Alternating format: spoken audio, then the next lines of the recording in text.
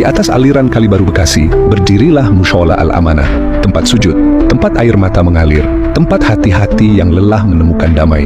Tapi kini, bangunannya dibongkar.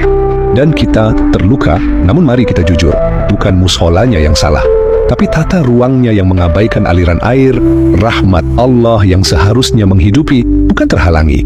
Kang Deddy Mulyadi tak melawan mushola. Beliau melawan ketidaktertiban, karena Islam itu tidak cukup hanya dibangun di atas niat baik, tapi juga harus menyatu dengan akhlak tata ruang dan tanggung jawab sosial.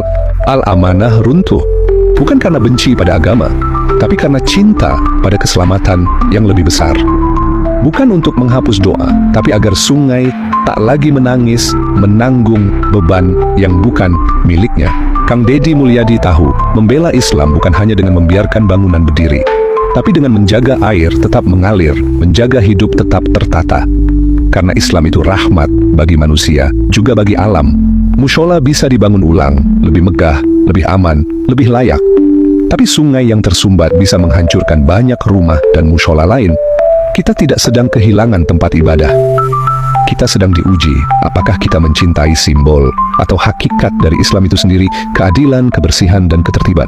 Mushola bisa dibangun kembali lebih kokoh di tanah yang benar.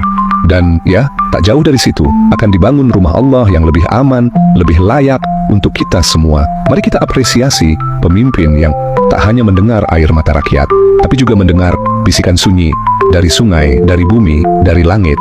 Karena cinta pada Islam juga berarti cinta pada keteraturan dan masa depan.